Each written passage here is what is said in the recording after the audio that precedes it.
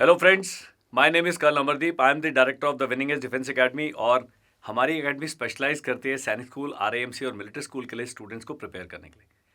पर ये जो वीडियो है ये सैनिक स्कूल और मिलिट्री स्कूल और उनसे भी कहीं आगे का वीडियो है। वो क्यों, आप बहुत जल्दी जान जाएंगे। आज हमारे साथ इस वीडियो में एक बहुत ही स्पेशल गेस्ट हैं, Mrs Poonam Bhandari. Ma'am, welcome to this video.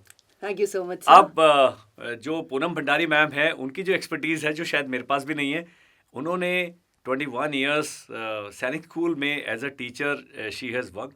And जो हम कहते हैं टेबल के इस साइड का व्यू हमें पता होता है, लेकिन दूसरी साइड से हमें नहीं पता होता।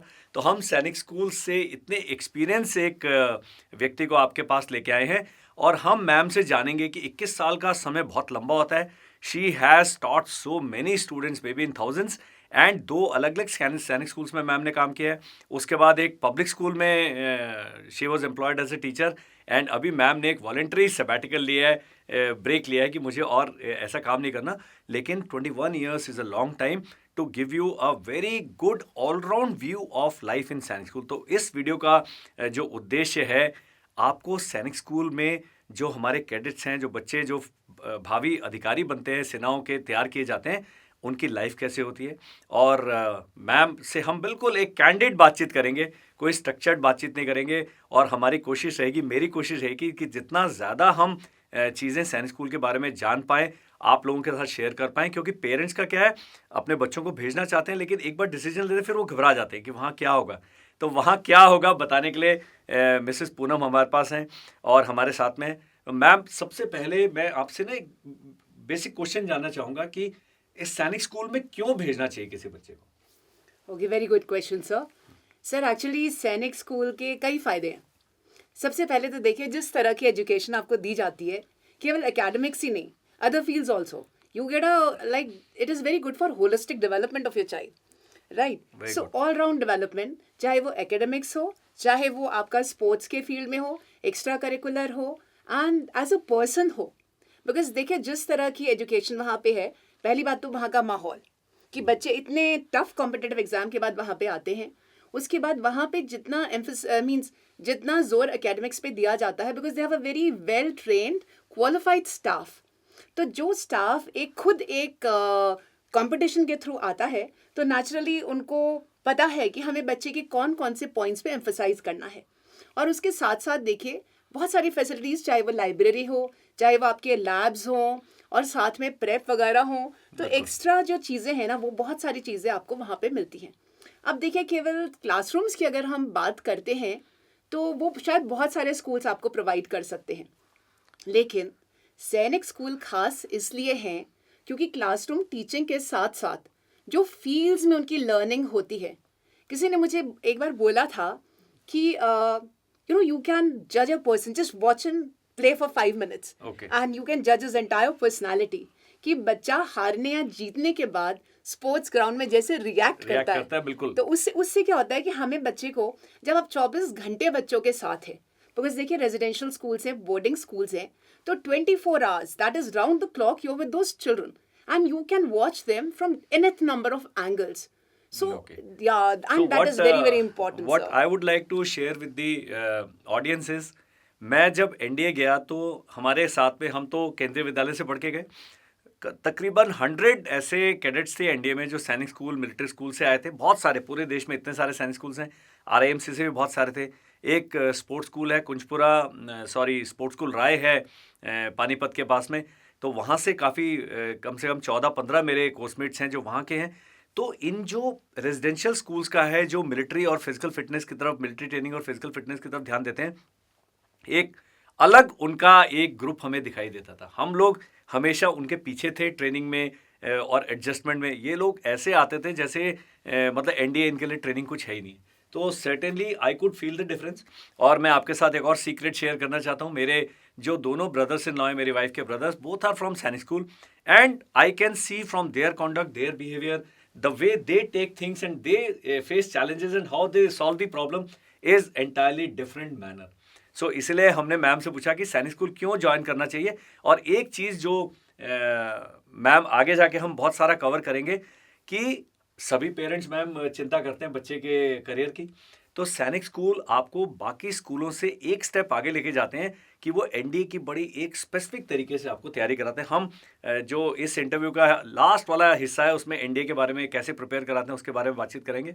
तो मैम अभी ये बताइए कि सैनिक स्कूल आप उसमें रहे हैं चित्तौड़गढ़ में एंड सैनिक स्कूल घोड़ाखाल, तो how was your experience in of these two schools?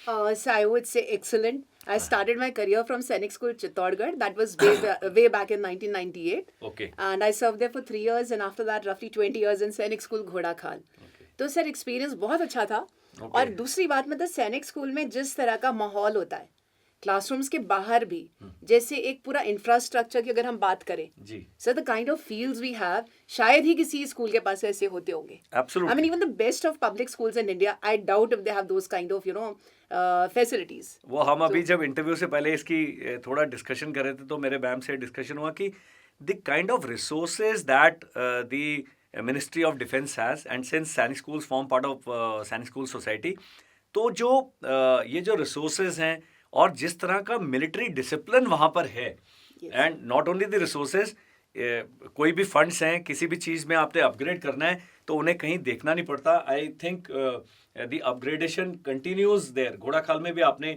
19 years जो सर्व किया, आपने बहुत सारे चेंजेस देखे होंगे कि बेसिक क्लासरूम से स्मार्ट क्लासरूम आ गए, कंप्यूटर लैब्स आ गए, लैंग्वेज लैब्स आ गए, तो इतना सब कुछ आप सैनिक स्कूल में पाते हैं। तो घोड़ाखाल कैसी जगह है? सर घोड़ाखाल बहुत ही खूबसूरत जगह है, हाँ a जी। very beautiful place. And I'm from hills, but when I went to Ghodakhal for the first time, okay, I simply fell in love with the place Very nice. because it has a picturesque location. Yeah. You get a beautiful view of Bhimtal from the helipad there. Okay, And Ghorakhal सुंदर होने के साथ साथ बहुत ही well equipped जगह है। मतलब हालांकि नैनीताल से रफली 13-14 किलोमीटर दूर है, जी। और नियरेस्ट रेलवे स्टेशन भी कोई 35 किलोमीटर है सर। काठगोदाम। काठगोदाम हाँ रेलवे जी। स्टेशन, बहुत अच्छी कनेक्टिविटी है दिल्ली से काठगोदाम की, और काठगोदाम से घोड़ाखाल की भी connectivity is quite good. But I would से कि घोड़ाखाल अपने आप में बहुत ही ब्यूटीफुल हिल स्टेशन कह लीजिए, और उसके अलावा I would dub it as high-tech village now. Okay. Because Very nice. we have all the facilities there. Computer lab in the school is excellent. I believe roughly maybe 50 odd computers are there in the Very lab. nice. Your library has computers. Your classrooms are all smart classrooms. So all the facilities are there.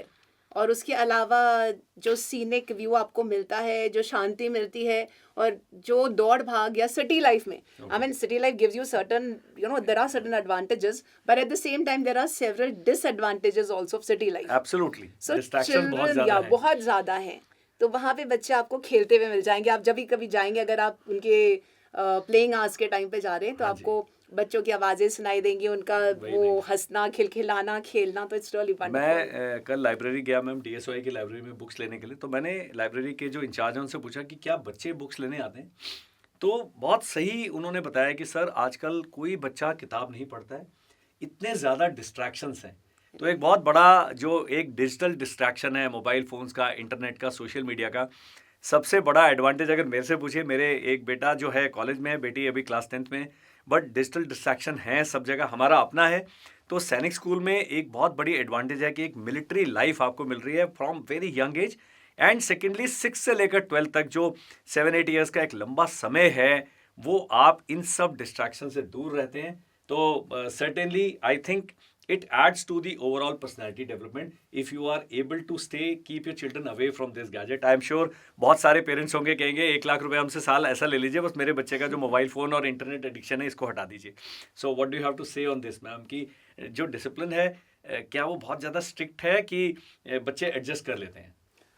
Well sir, discipline no doubt, हाँ एक बार आप discipline हो गए तो जिंदगी भर आपके साथ रहता है। जी। Whether you join the arm forces और any other vocation, any other career, that discipline remains with you lifelong, and it is, I would say, one of the biggest assets.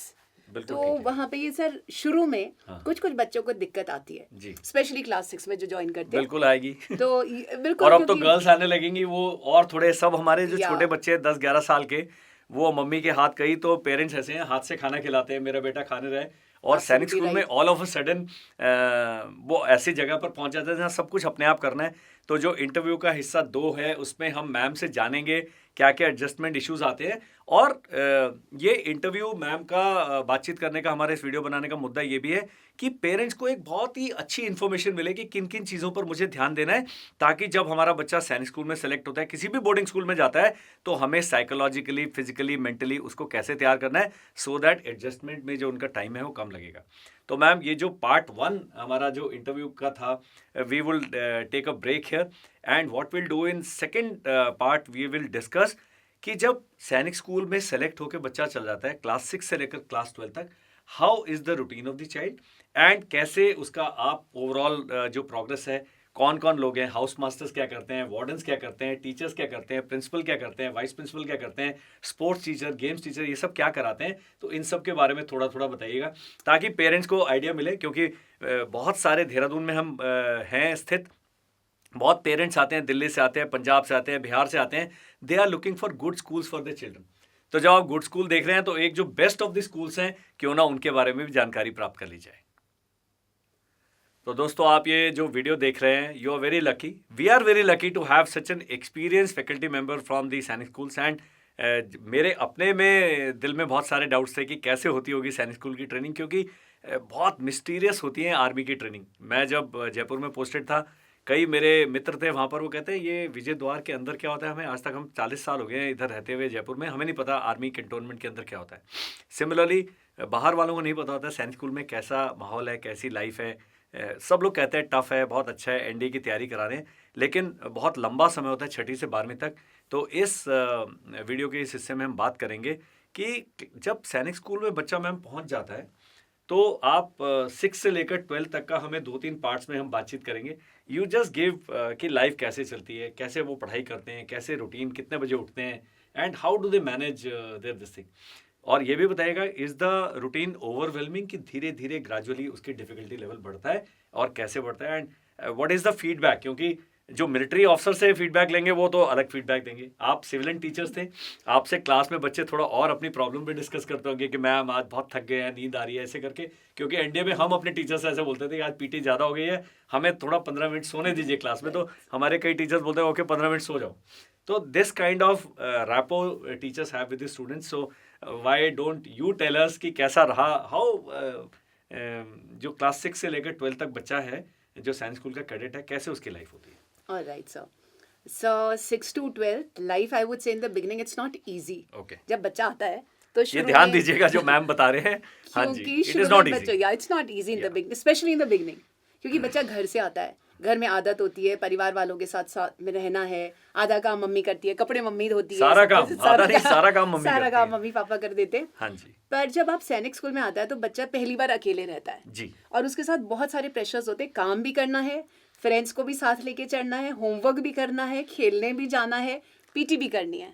और दूसरी एक चीज जो मुझे लगती है कि सैनिक स्कूल में अलग अलग जगह से लोग आए मैम, अचानक ही उसका एनवायरनमेंट भी चेंज हो जाता एग्जैक्टली, है ना, नए दोस्त आ गए हैं, तो कैसे एडजस्ट करते हैं बच्चे।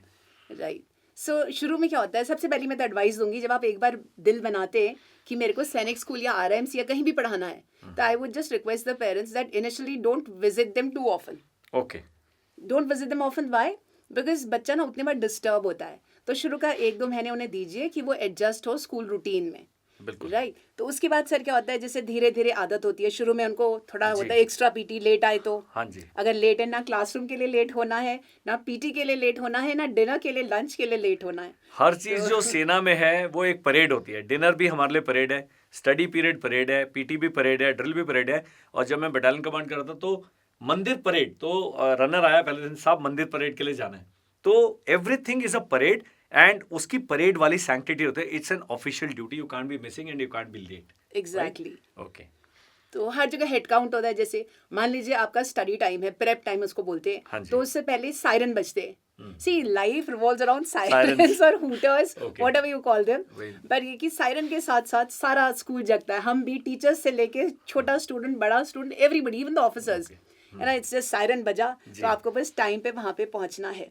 तो सुबह सोचिए बच्चा जिसको लेट उठने की आदत है, 5:15, 5:30 बजे उठ जाएगा। और कई बार तो गर्मियों में 5:30 पे उसे परेड ग्राउंड पे पहुंचना है। जी, तो और सब हमारे भाग शेर रहे तो होते हैं। 9 बजे तक सोते रहते हैं। अगर संडे है तो हमारी daughter gets up at some time 10 o'clock 11 o'clock, और वो तब भी कहती है कि आपने मुझे जल्दी उठा दिया है।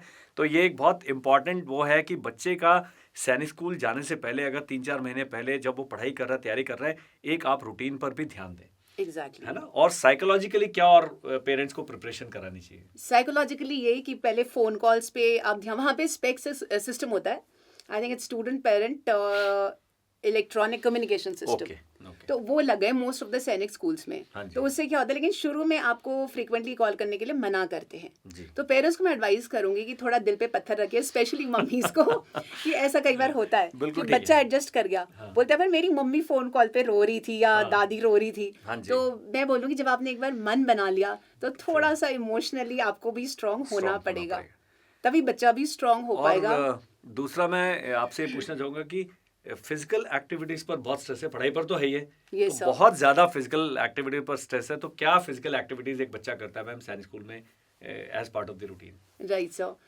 तो एज पार्ट ऑफ रूटीन सुबह सुबह पीटी होती है जी। और कई बार उनको भागना दौड़ना भी करवाते हैं हाँ सुबह। जी, हाँ जी। उसके बाद आप ब्रेकफास्ट के लिए जाते हो, पढ़ाई करते हो, शाम को दिन में लंच के बाद आपको करीब 1-1.5 घंटा आप पढ़ाई करते हो, फिर शाम को सर स्पोर्ट्स पीरियड शुरू होता है बिल्कुल। जब सारे बच्चों का हेड काउंट फिर से होता है हाँ और जी। वो भी टाइम पे पहुंचना है, मिस नहीं हो तो सकते। या मिस नहीं हो Miss सकते। नहीं हो सकते। 7th ऑनवर्ड्स उनको स्पेसिफिक, जैसे किसी ने बोला हॉकी खेलनी है या मुझे फुटबॉल खेलना है, तो हम कोशिश करी जाती है कि उसको पर्टिकुलर 1-2 गेम्स में ट्रेन हो जाए, बिल्कुल और ठीक है। बाकी खेलना तो सबको ही है।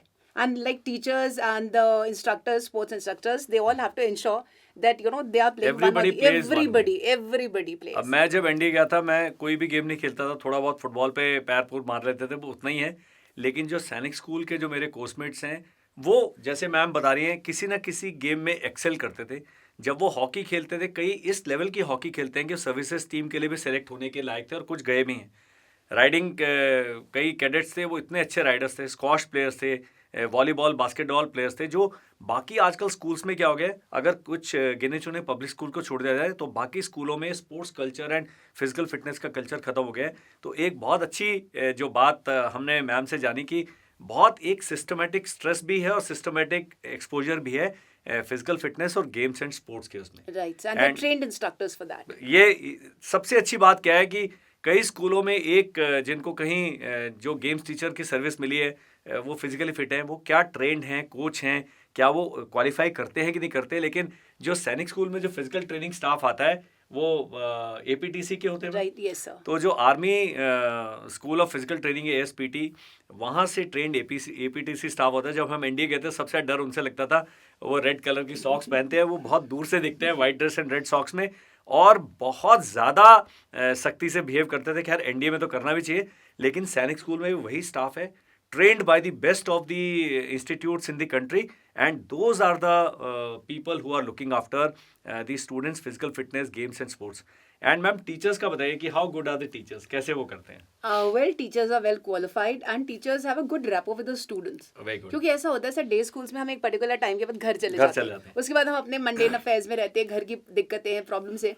पर सैनिक स्कूल में क्या, आप दिन भर बच्चों से मिलते हैं, जी। आप घर आए, शाम को आपकी फिर ड्यूटी है, प्रेप ड्यूटी। तो your accommodation was in the Sainik school. हाँ, ये sir, it's compulsory, it's mandatory for everyone to reside in the campus. Okay, तो सैनिक स्कूल का जो कंप्लीट स्टाफ है वो सैनिक स्कूल के कैंपस में ही रहते हैं। जो है मिलिट्री का मैंने बताया, काम करने का तरीका बहुत अलग है, और इसीलिए हम जो भी काम करते हैं बाकियों से बहुत अच्छा और बहुत ही एफिशिएंट तरीके से करते हैं। तो ये बहुत इंपॉर्टेंट जानकारी है कि सारे टीचर्स न केवल क्लासरूम में बच्चों के साथ इन्वॉल्व हैं, एक्स्ट्रा क्लासेस है, प्रेप टाइम है, कई बच्चों को एकेडमिक में प्रॉब्लम आती है, उनको सॉल्व करने के लिए entire staff is available 24/7। I think this itself makes Sainik school a better choice for anybody. अब जब एकेडमिक प्रेशर है मैम, तो नॉर्मल पब्लिक स्कूल्स में तो हम पढ़ ही रहे हैं, नॉर्मल स्कूल्स में क्या कुछ एक्स्ट्रा भी पढ़ाते हैं, क्या कुछ एक्स्ट्रा करते हैं सैनिक स्कूल में which is different from other schools कि we just follow the same routine? नहीं, it's slightly different, I would say, slightly क्या, quite different. हाँ जी। Because देखिए, सबसे पहली बात तो यह है कि वहाँ बच्चे पढ़ने के शौकीन हैं।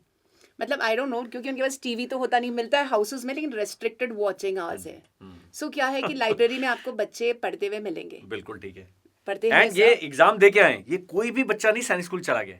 दे have all cleared the Sainik school entrance exam which is not very easy to clear, और एक सिलेक्टेड बिल्कुल चुन के लौट आया है, तो obviously their inclination towards studies is higher. Yes, then quizzes वगैरह के बड़े शौकीन होते हैं। Very good. बचपन से ही हम इनको इंटर हाउस क्विज करवाते हैं। Okay. I think junior, middle and senior 3 categories में करवाते हैं। उसके अलावा ना जीरो स्कूल होता है, सबसे पहले होता है जीरो पीरियड, जिसमें आपको थोड़ा न्यूज़ के बारे में बताते हैं, Very nice. फिर थोड़ा क्विज के क्वेश्चंस पूछ लेते हैं, या बच्चों से बुलवाते हैं हाँ जी। कि आप आइए इधर होके इस टॉपिक पे बोलिए। तो सर उससे क्या है कि बचपन से ही ना बच्चा क्विज की तरफ, जीके की तरफ थोड़ा इंक्लाइंड हो जाता है। बिल्कुल ठीक है। और उसके बाद देखिए शाम को हम अलग से, जो 12th क्लास के बच्चे होते हैं उनको अलग से एनडीए का सिलेबस कराया जाता है।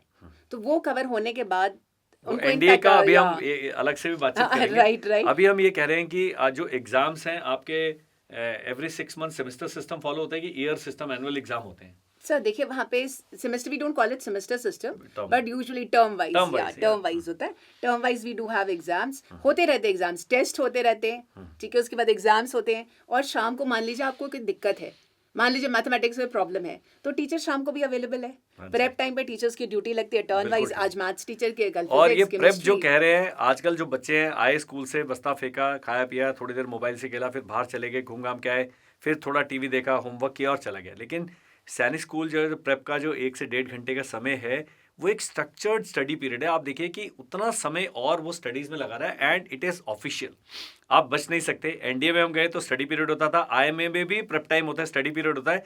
तो जब आप इतने सीनियर हो गए, हम 22 साल के भी पढ़ाई कर रहे होते थे और बिल्कुल स्ट्रक्चर्ड पढ़ाई कर रहे हैं। और ये रूटीन जो है, जो सैनिक स्कूल का है, वही नेशनल डिफेंस एकेडमी का है, वही सिमिलर रूटीन। सब्जेक्ट्स चेंज हो जाएंगे, तरीका चेंज हो जाएगा, लेकिन वैसा ही सुबह से लेकर रात तक एक रूटीन Exactly. फॉलो करते हैं, और बच्चा समय पर सो भी रहा है।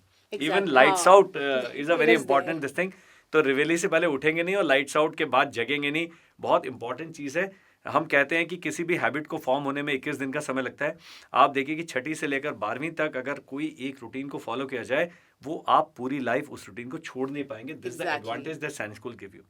तो अगर आप दूसरे स्कूल्स, पब्लिक स्कूल के साथ भी कोई कंपटीशन या किसी डिबेट वगैरह में जाते हैं कि केवल इंटर सैनिक स्कूल ही कंपटीशन? नहीं सर, इंटर स्कूल भी होते हैं। हाँ जी। जैसे देखिए, एक तो हो गया कि हमने इंटर हाउस करा लिया स्कूल के अंदर, उसके अलावा इंटर स्कूल होते हैं, जैसे घोड़ा खाल है, तो वो कई जगह नैनीताल के स्कूल्स के साथ जाते हैं। इनफैक्ट आरआईएमसी भी आते हैं, बिल्कुल। वहाँ से बच्चे आरआईएमसी आते हैं। देन उनके अपने जोनल्स होते हैं।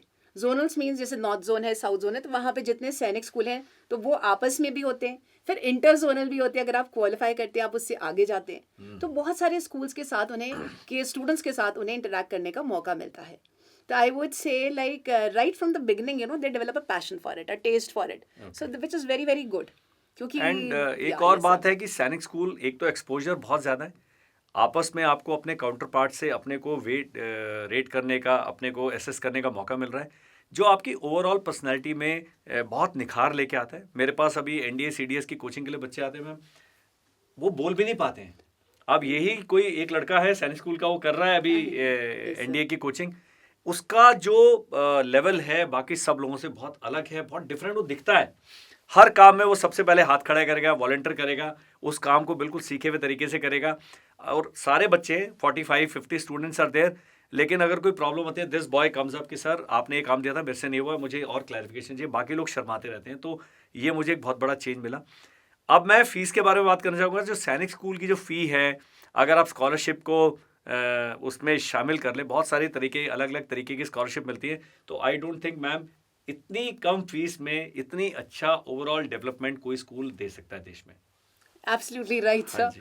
बिकॉज जिस तरह का, अगर हम इसे कंपेयर करें दूसरे पब्लिक स्कूल्स के साथ, तो जितनी कम फी में आपको ये स्कूल्स इतनी अच्छी एजुकेशन प्रोवाइड कर रहे हैं, जी। जो उनका इंफ्रास्ट्रक्चर है, जो क्वालिटी ऑफ स्टाफ है, जो टोटल एनवायरनमेंट है, right, I would say that you cannot, you know, compare with any other public school.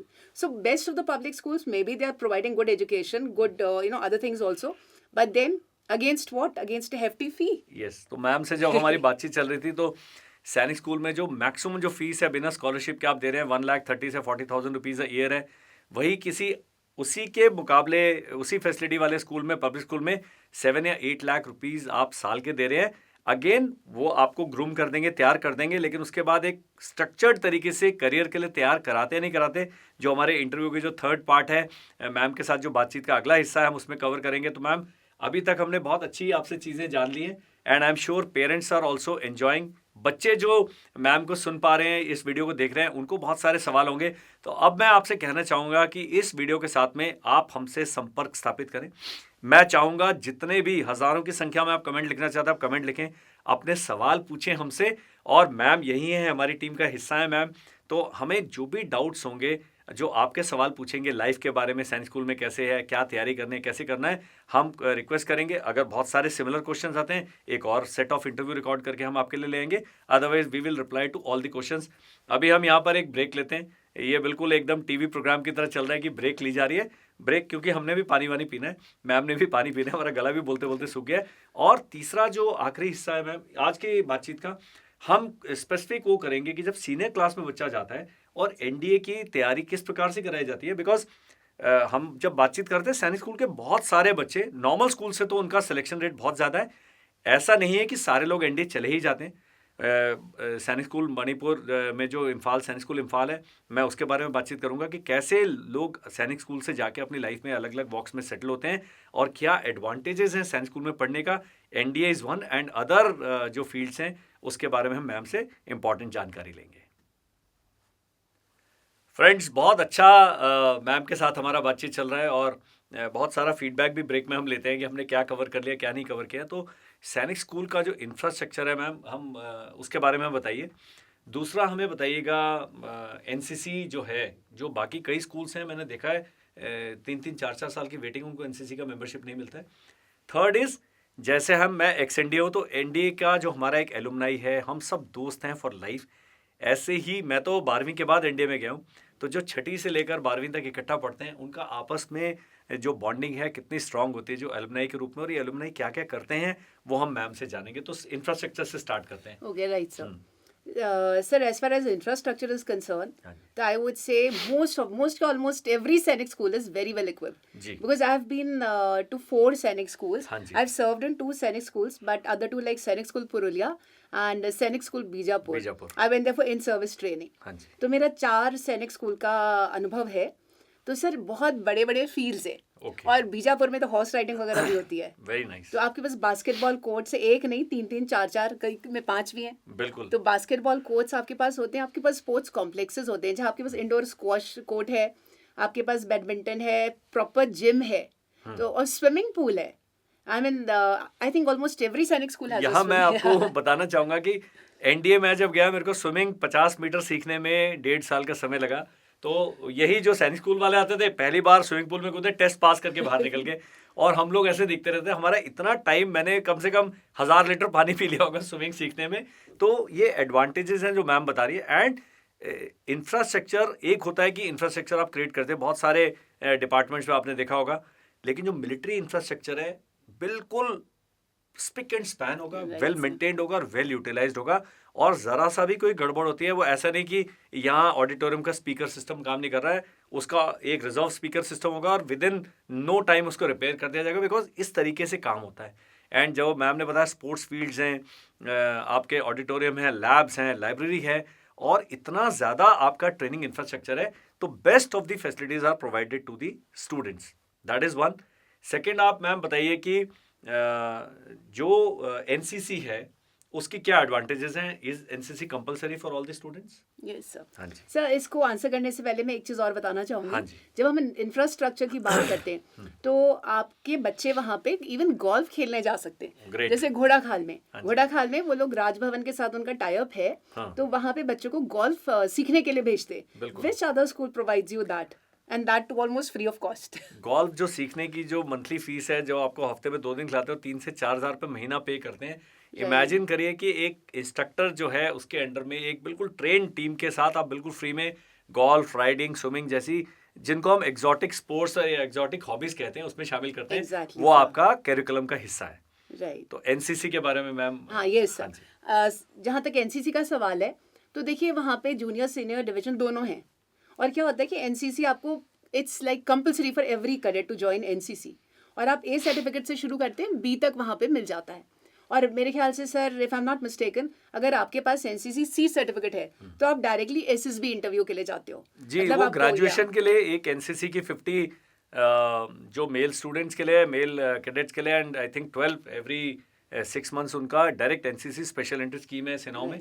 तो आप आर्मी, नेवी, एयरफोर्स कोई भी एक विंग जिसका हिस्सा रहे, अगर आपने सी सर्टिफिकेट बी ग्रेडिंग के साथ पास किया है तो आप सीधा एसएसबी के लिए जाएंगे। आपको आपको रिटन एग्जाम नहीं देना पड़ेगा, तो बहुत एडवांटेज है। फिर स्कूल के बैंड्स, आप बता रहे थे कि अभी Yes, sir. Republic day parade में सैनिक स्कूल के bands are also participating. Yes, we have a wonderful band in Sainik School Ghodakhal. हाँ जी। Other Sainik schools are also having good band contingents. I mean, well trained. उनके पास most of the instruments are wind instruments, drum. और Very बच्चे nice. बड़े शौक के साथ बजाते हैं। 7th क्लास से, इनफैक्ट बैंड में तो बच्चों को वो 6 से रोपन करना शुरू कर देते हैं कि उन्होंने देखा कि अच्छा इस बच्चे में हुनर है, बिल्कुल। टेस्ट है। तो जिसमें आपका टेस्ट है तो आपको बुलाएंगे एंड ट्रेन करके, और उसके बाद इस साल भी अगर 2023 की हम बात करें तो इस साल की रिपब्लिक डे परेड में भी 2 सैनिक स्कूल्स के बैंड जा रहे हैं। Very और एक तो सैनिक स्कूल घोड़ाखाल का ही है sir. It's a matter of pride, for the past several years they have been participating in the republic day parade. Okay, तो इस वाले जो हमारी बातचीत का हिस्सा है, हम फोकस करेंगे एक एलुमनाई एसोसिएशन के बारे में धीरे धीरे बात करेंगे, लेकिन जो एनडीए की तैयारी है, यस सर। अब ये बताइए कि एनडीए का, एसएसबी का तो हमने देखा कि इतना personality development, grooming, communication skill, GK, इन सब पर इतना एम्फेसिस है, लेकिन रिटन एग्जाम की तैयारी के लिए आप कैसे सैनिक स्कूल करते हैं, और एसएसबी के लिए क्या इंफ्रास्ट्रक्चर सैनिक स्कूल के अंदर मौजूद है? Right sir. सर जहाँ तक रिटन एग्जाम की तैयारी है, तो मैंने आपको एक चीज बताई थी, बच्चे बचपन से ही थोड़ा जीके की ओर इंक्लाइंड होते हैं। बिल्कुल ठीक है। प्लस क्लास 12th में शाम को उनकी, सो यूजुअली रिटन एग्जाम जो होता है वो सितंबर के आसपास होता है। सितंबर में होगा 12th या में। 12th में जब होते हैं बच्चे, तो हम लोग जैसे ही बच्चे 12th में जाते हैं 11th से, तो उनकी एनडीए की प्रिपरेशन शुरू हो जाती है। हालांकि प्रिपरेशन तो उससे पहले से ही शुरू होती है, लेकिन शाम की क्लासेस रेगुलर बेसिस पे शुरू हो जाती हैं। जी। तो दिन भर बच्चा अपना पढ़ रहा है, और शाम को करीब 1.5 घंटा, मतलब 6 से 7:30 या 6:30 से 8, depending on the weather conditions and all, तो उनको शाम को हर चीज़, हर सब्जेक्ट तैयार कराया जाता है। साइंस के सारे सब्जेक्ट्स, मैथमेटिक्स, इंग्लिश, और यहाँ तक कि हिस्ट्री, पॉलिटी, ज्योग्राफी, क्योंकि ये सब सारे या- टीचर स्कूल में ही मौजूद हैं, तो कोई आउटसाइड हेल्प की ज़रूरत नहीं पड़ती है। और अभी एलुमनाई एसोसिएशन आती है, मेरी एक सैनिक स्कूल की प्रिंसिपल हमारी बहुत अच्छी मित्र थी, तो उनसे मैंने कहा कि एसएसबी का आप क्या करते हैं, तो उन्होंने कहा कि सर जो हमारे पुराने एसएसबी के जो ट्रेंड एसेसर्स हैं, जो हमारे सैनिक स्कूल के एलुमनाई हैं, वो स्कूल में आते हैं, मोटिवेशन लेक्चर्स लेते हैं, Right. वो उनसे बातचीत करते हैं, और एसएसबी की बड़े स्ट्रक्चर्ड उनके कैप्सूल चलते हैं, बहुत जल्दी से बहुत उससे स्कूल्स को बेनिफिट होता है। Right, and she sir. Was telling कि पूरा जो जीटीओ ग्राउंड है, ऑब्स्टेकल कोर्स है, Exactly, वो सैनिक स्कूल के अंदर ही उन्होंने बना के तैयार किया है। Very तो true. मेरे पास जब अभी एनडीए सीडीएस की कोचिंग के लिए आते हैं बच्चे, तो ma'am with hostel I think पूरे साल का 2-2.25 लाख रुपए खर्च आता है। आप ये देखिए कि जो सैनिक स्कूल की जो फी पे कर रहे हैं, सैनिक स्कूल में बच्चा पढ़ रहा है, उसके साथ ये जो सारी चीज़ें हैं एज पार्ट ऑफ रूटीन हो रही हैं। तो जो सैनिक स्कूल का सिलेक्शन रेट है एनडीए के लिए, आरएएमसी जितना नहीं है, लेकिन अगर ओवरऑल सिलेक्शन रेट देखा जाए सेना के लिए तो बहुत ज़्यादा है। मैं आपको उदाहरण देना चाहूँगा, मैंने बटालियन कमांड करी मणिपुर में, इम्फाल में, तो इम्फाल में सैनिक स्कूल इम्फाल है, वहाँ पर जो उनकी विधानसभा है, कम से कम 11-12 सदस्य उसके थे जो सैनिक स्कूल इम्फाल के पढ़े हुए। Right. बहुत सारे businessman and IPS officers, Right, बहुत sir. सारे यूनिवर्सिटी प्रोफेसर्स, बहुत सारे स्पोर्ट्स पीपल, बहुत सारे एंटरटेनमेंट इंडस्ट्री बहुत बड़ी है वहाँ पर, बहुत अच्छे बैंड्स हैं, बहुत अच्छे वो हैं। तो कई लोग आके बोलते थे, एंड उनका जो लाइफ टाइम एसोसिएशन है, एक पार्टी में मैंने 3-4 अलग अलग तरीके के ग्रुप्स के लोगों को बुलाया था, तो आपस में वो सैनिक स्कूल करके इतना बड़ा, मुझे इतना वाइब्रेंट ग्रुप देखने को मिला। तो मैं ये कहना चाहता हूँ कि हर बच्चा ना आरएएमसी से एनडीए जाएगा, ना सैनिक स्कूल से एनडीए जाएगा, लेकिन वो जहाँ भी जाएगा वो बाकियों से बहुत आगे होगा, बहुत अच्छा काम करेगा। उसकी जो प्रॉब्लम सॉल्विंग है, उसकी जो स्ट्रेस को बियर करने की कैपेसिटी है, उसकी जो किसी भी एनवायरनमेंट में एडजस्ट होने की कैपेसिटी है, वो इतनी ज़्यादा होती है कि आप उसका अंदाज़ा नहीं लगा सकते।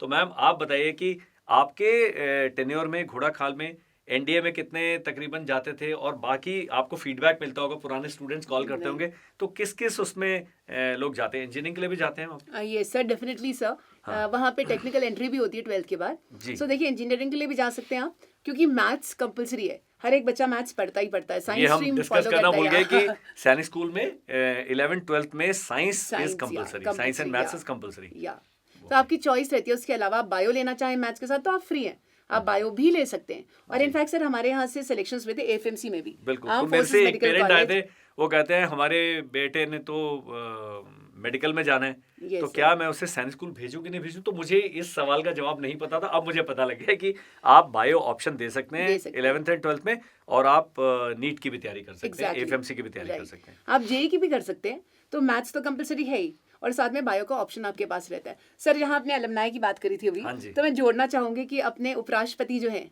हाँ वो भी सैनिक स्कूल चित्तौड़गढ़ के प्रोडक्ट हैं, हाँ एंड जनरल दलवीर सिंह सुहाग साहब वो भी जी। रहे थे, तो वो भी चित्तौड़गढ़ के प्रोडक्ट थे। अपने हाँ जी। उत्तराखंड के गवर्नर एट द मोमेंट, हाँ जी, ना ही is a product of Sainik school Kunjpura, very nice. Right, ex chief तो मिनिस्टर ऑफ आप ये हरियाणा, देखिए सर, कि सो मेनी जो पीपल। मैम ने 3-4 बिल्कुल ऑफ हैंड उदाहरण दिए हैं, इससे ये पता लगता है कि सैनिक स्कूल से निकलने के बाद भी, जैसे हम एनडीए में बोलते हैं the maker of man, do you have it in you, तो जो सैनिक स्कूल से बच्चा आया he has it in him, वो कहीं पर भी हार नहीं मानेगा, वो जिस भी करियर में प्रवेश करेगा उसमें अपने बाकी लोगों से अच्छा करेगा, बढ़िया करेगा, और ये नहीं कि सेल्फिश हो जाएगा।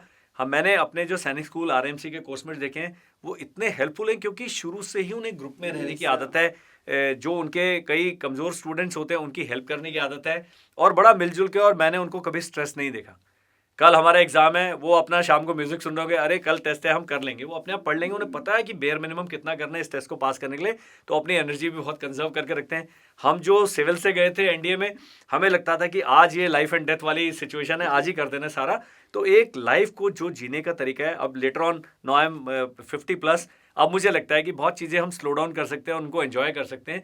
तो ये मैंने सैनिक स्कूल के और जो आरएमसी और जो ऐसे स्कूल से हमारे साथ आए थे एनडीए, उन लोगों को जब वहाँ देखते थे तो हमें स्ट्रेस हो जाता है कि इतने रिलैक्स कैसे हैं। तो इतना फ़र्क पड़ता है। प्लस एक उनका एक ग्रुप होता है, एक अपनी ना उनका एक बहुत अच्छा, और वो ग्रुप ऐसे नहीं कि किसी को नीचे करने के लिए कर रहे हैं, वो हेल्प करने के लिए एक अपना Right. इकट्ठे एक जैसी भाषा बोलेंगे, इकट्ठे बैठ के खाएंगे।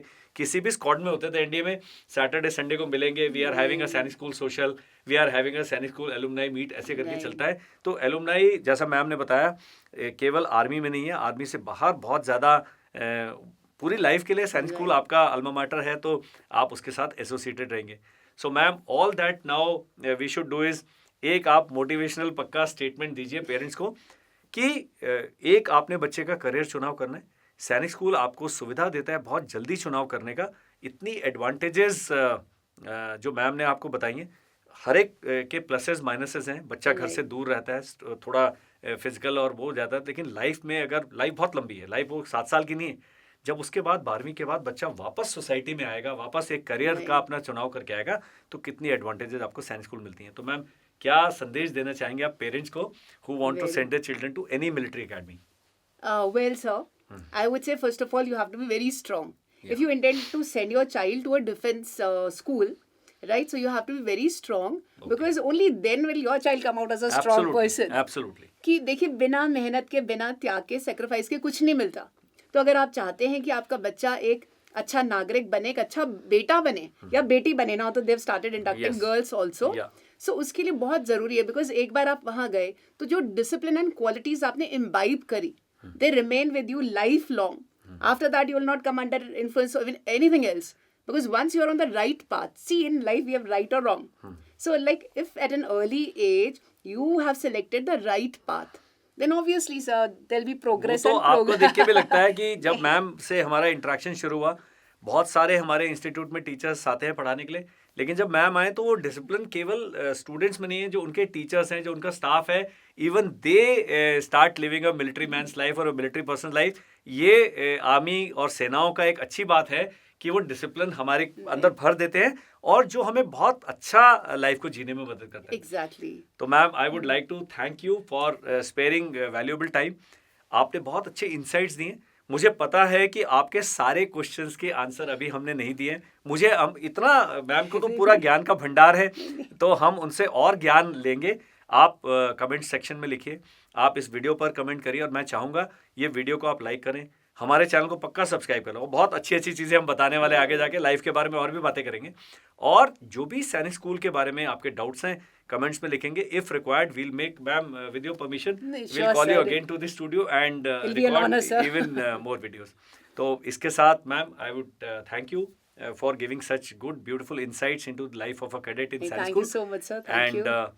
मैं आप सबको शुभकामनाएं देना चाहता हूं जिन्होंने बच्चे के करियर के बारे में इतना जल्दी डिसीजन लेने का सोचा है, हमारे चैनल को देख रहे हैं। मैम को हम दोबारा बुलाएंगे और मैं चाहता हूं कि आप ये हमसे संपर्क बनाए रखें। Thank you, bye bye and जय हिंद। थैंक यू, जय हिंद।